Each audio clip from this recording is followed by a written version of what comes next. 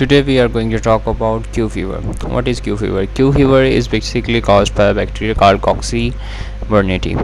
This bacteria is very commonly found in cattle, sheep, goats around the world. Humans usually get Q fever when they breathe contaminated air. Sorry, not hairs, air. uh, Farmers and vegetarians, people who work in the animal labs, or people who work close to to the animals, are usually very prone to getting the infection. How the infection spread? The infected animal secretes bacteria, and when that bacteria is mixed with the dust, and that dust is flowing in the air, and when humans inhale that air, they get Q fever. This disease causes mild symptoms similar to flu. Many people have no symptoms at all.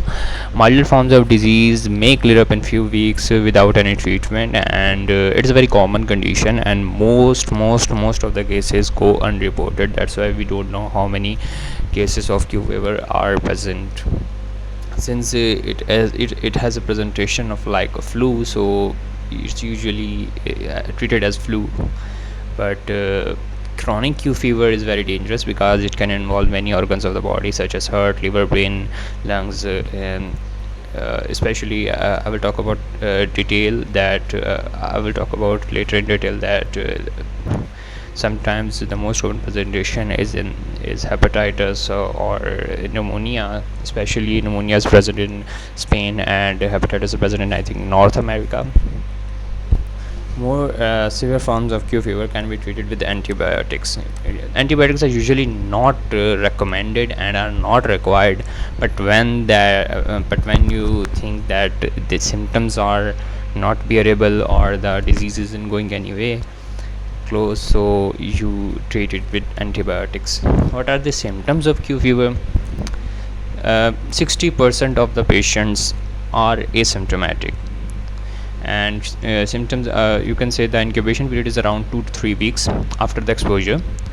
It's possible that you have an infection but you do not show any symptoms. As I told you, that only 60% of the patients go asymptomatic. Symptoms vary from person to person, but the most common symptoms are fever, chills, cough, or you can say the most common presentation is like flu. For example, headache, cough, and a fever. Sometimes there is a diarrhea, there is nausea, abdominal pain, jaundice, muscle pain, shortness of breath. Shortness of breath is usually present when there is pneumonia. And there's another very interesting thing: clay colored stools. It's usually present that there is a liver involvement. A rash is also a symptom, but it's not very common. Acute Q fever is usually self-limited. As I told you, 60% of patients usually don't show any symptoms, but some people who does show symptoms usually have mild influenza, like febrile illness, for example, a mild fever which is accompanied by headache, myalgia, chills, fatigue, and sweats. The temperature returns to normal within 5 to 14 days, which means that symptoms go away usually within a week or two. Pneumonia is typically a prominent symptom especially in North America. It is usually milder in nature.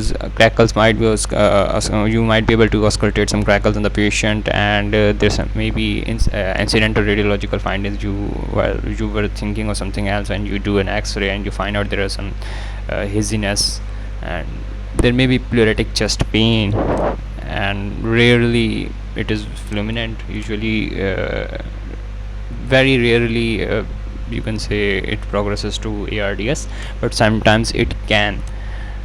So hepatitis is also very common presentation, especially in Europe, and it can lead to some mild elevations of transamines, usually 2 to 3 times the normal range, and there might be some anti-smooth muscle antibodies, antiphospholipid antibodies, or maybe anti-nuclear antibodies, but these are very rare cases. It's usually you can say when patient presents to you, they will have influenza like symptoms.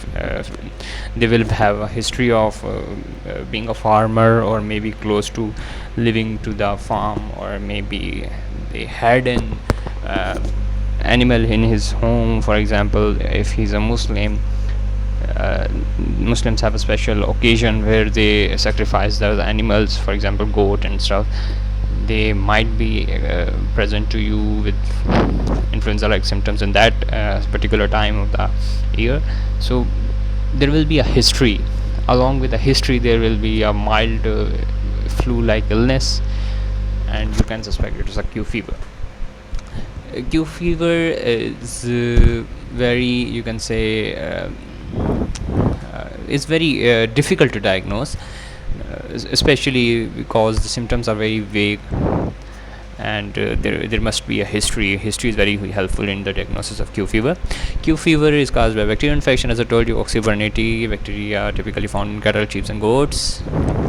Treatment: animal transmit the bacteria in urine, feces, and milk, and especially fluids from giving birth.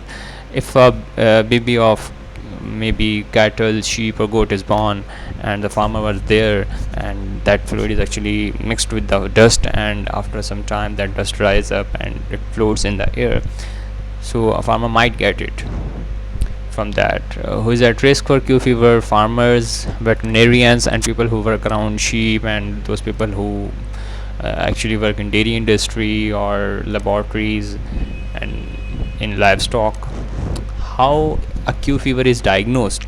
A Q fever is basically very difficult to diagnose, because you might be having some confusion whether it's a flu or whether it's a Q fever. But history is very helpful, and you are going to be a better judge of the situation depending upon your patient and his history. So if you think that it's a mild illness, you might let it just go by its own. But if the symptoms are severe, you can treat it with some antibiotics, and you may require a chest X-ray. And especially those people who are a patient of valvular heart diseases, Q fever can cause endocarditis, and this endocarditis can be very dangerous. What are the complications of Q fever? As I told you, it can involve heart, as endocarditis. It can cause hepatitis. It can cause pneumonia, and sometimes, and rarely, it can cause encephalitis. So be aware of that. How a Q fever is treated? A mild infection, usually no treatment is required. The symptoms, the illness is self-limiting.